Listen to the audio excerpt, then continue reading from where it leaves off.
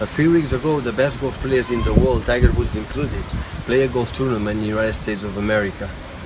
In that weekend, all the players brought a yellow ribbon in their hats.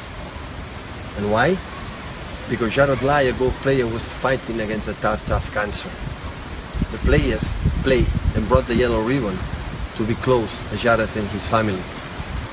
They show us, these amazing players, they show us humanity for the rest of the world. Quite similar situation happened in Catalonia in the last month.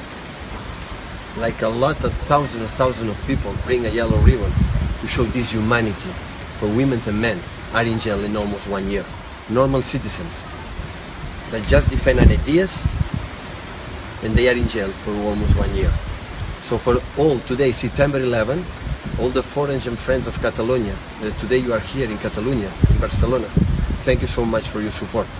Us agraïm de tot cor que pugueu transmetre aquest missatge a Europa i al resta del món del que passa en Catalunya en aquest moment, que normal persones, per defensar simplement les seves idees, estan a la presó. Llibertat a tota la gent que està a la presó.